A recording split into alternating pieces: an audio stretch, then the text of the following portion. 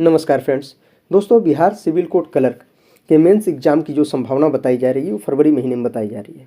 ऐसा अनुमान लगाया जा रहा है कि फरवरी के एंड में मेंस का आयोजन किया जाएगा और जनवरी के आखिरी तक पीटी का रिजल्ट आने की संभावना है। तो फ्रेंड्स, ऐसे में ज़रूरी हो जाता है कि जिन साथियों का भी एक्सपेक्टेड सेफ स्कोर के ऊपर आ रहा है, मतलब जो एक्सपेक्टेड कट ऑफ बताए जा रहे हैं उसके ऊपर अगर आ रहा है या उसके आसपास आ रहा है तो आप मेंस की तैयारी में लग जाएं।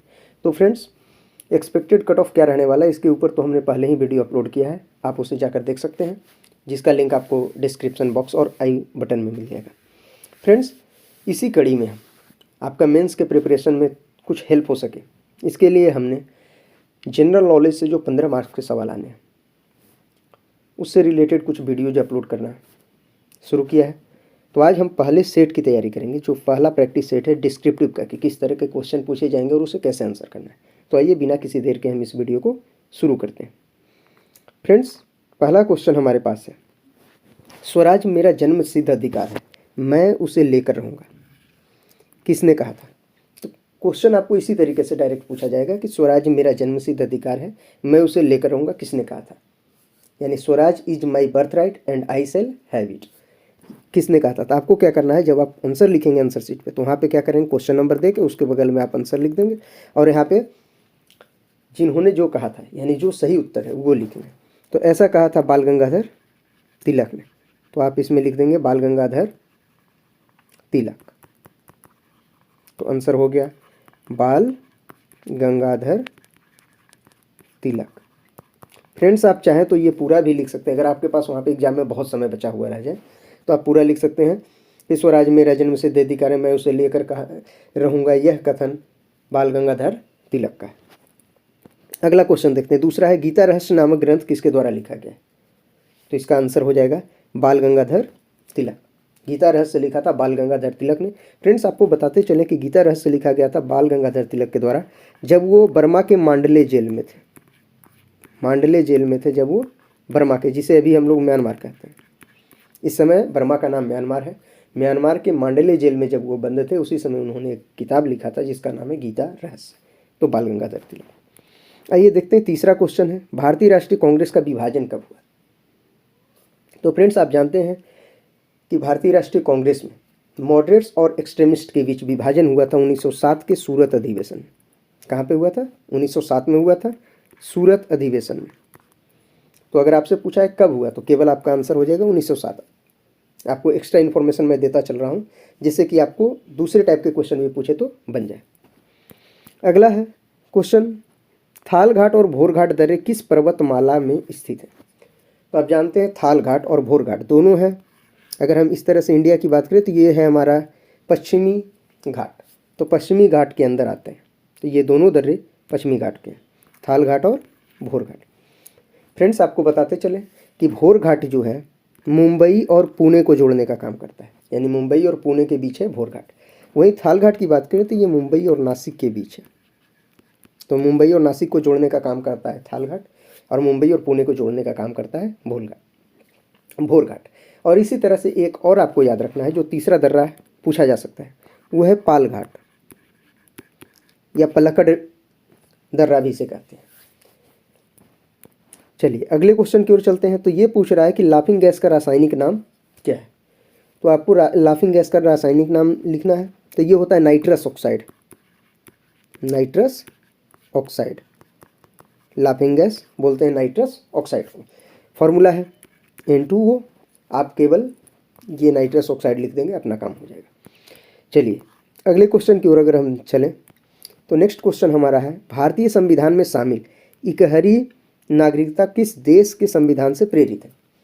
इकहरी नागरिकता का मतलब है सिंगल सिटीजनशिप, यानी हमारे देश में क्या है, सिंगल सिटीजनशिप का कॉन्सेप्ट है, डुअल सिटीजनशिप नहीं है। हम सिर्फ भारत देश के नागरिक हैं, किसी राज्य के नागरिक नहीं, वहाँ के निवासी हैं, लेकिन नागरिक सभी लोग भारत के, यानी हम सभी भारतीय। तो ये कॉन्सेप्ट लिया गया है ब्रिटेन से।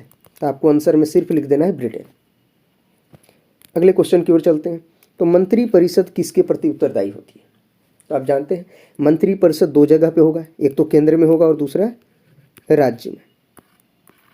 हमने जानबूझकर इस तरह का ये क्वेश्चन रखा है जिससे कि आपको ये सोचना पड़े कि मंत्री परिषद तो ये नहीं कि केवल केंद्र की बात, वो पूछा जाएगा जब क्वेश्चन में, तो वहाँ लिखा हुआ रहेगा कि केंद्रीय मंत्रिपरिषद। तो जो केंद्र में होगा वो लोकसभा के प्रति उत्तरदायी होगा, और जो राज्य में होगा वो विधानसभा के प्रति उत्तरदायी होगा। तो मंत्रिपरिषद लोकसभा के प्रति उत्तरदायी होगा केंद्र की बात करें तो, और राज्य में विधानसभा के प्रति। अगला है भारतीय राष्ट्रीय कांग्रेस की प्रथम महिला अध्यक्ष। जब इस तरह का क्वेश्चन पूछा जाए तो इसमें थोड़ा सा सावधान रहना, क्योंकि यहाँ पे कई बार गलती होने के चांस रहता है। कैसे, देखिए, ये पूछा गया प्रथम महिला अध्यक्ष। अगर प्रथम महिला अध्यक्ष की बात करें तो ये एनी बेसेंट थी। एनी बेसेंट 1917 में कांग्रेस के अध्यक्ष बनी थी एनी बेसेंट, तो ये प्रथम महिला अध्यक्ष है। लेकिन अगर यही पूछ लेता कि प्रथम भारतीय महिला अध्यक्ष, तो वो सरोजनी नायडू, सरोजनी नायडू है, और ये 1925 में कांग्रेस की अध्यक्ष बनी थी। तो प्रथम महिला अध्यक्ष एनी बेसेंट है, जबकि प्रथम भारतीय महिला अध्यक्ष सरोजनी नायडू। अगले क्वेश्चन की ओर बढ़ते हैं। ये है ग्वाइटर यानी गलगंड नामक रोग किसकी कमी से होता है? तो आप जानते हैं ग्वाइटर जो रोग होता है यानी गलगंड, इसको घेघा भी कहते हैं, घेंघा का रोग। तो ये होता है एक्चुअल में थ्रोट में, यानी अपने गला में जो थायराइड ग्रंथि होता है, थायराइड ग्लैंड में होता है ये रोग, और ये होता है किसकी कमी से? तो आयोडीन। तो आपका सही आंसर हो जाएगा आयोडीन। आपको सिर्फ एक लाइन लिख देना आयोडीन। नेक्स्ट है शुद्ध सोना कितने कैरेट का होता है? तो इसका आंसर हो जाएगा 24 कैरेट। शुद्ध सोना होता है 24 कैरेट का। अगला क्वेश्चन है वर्षा की बूंदें किसके कारण गोल हो जाती है? तो आप देखते हैं जब वर्षा की बूंदें ऊपर से नीचे आती है तो वो गोल हो जाती है। ये होता है पृष्ठ तनाव की वजह से। किसके कारण? तो पृष्ठ तनाव। आंसर हो गया पृष्ठ तनाव यानी सरफेस टेंशन। ठीक है, अगले क्वेश्चन की ओर बढ़ते हैं। महात्मा गांधी कब भारतीय राष्ट्रीय कांग्रेस के अध्यक्ष बने? तो आप जानते हैं भारतीय राष्ट्रीय कांग्रेस का अध्यक्ष केवल एक बार बने थे महात्मा गांधी, और वो बने थे 1924 में बेलगाम सेशन में। कि कहाँ पे? बेलगाम अधिवेशन में। कर्नाटक में एक जगह है बेलगाम, वहाँ जब अधिवेशन हुआ था 1924 में, तो महात्मा गांधी राष्ट्रीय अध्यक्ष बने थे। केवल एक बार वो रहे हैं कांग्रेस के अध्यक्ष। अगला क्वेश्चन है 14 बैंकों का राष्ट्रीयकरण किस वर्ष किया गया? तो फ्रेंड्स आप जानते हैं कि 1969 में उस समय की तत्कालीन प्रधानमंत्री श्रीमती इंदिरा गांधी के द्वारा 14 बैंकों का राष्ट्रीयकरण किया गया था। नेशनलाइजेशन हुआ था 14 बैंकों को। अगला क्वेश्चन है बिंबिसार का राज्य वैद्य कौन था? तो आप जानते हैं बिंबिसार हर्यक वंश के थे।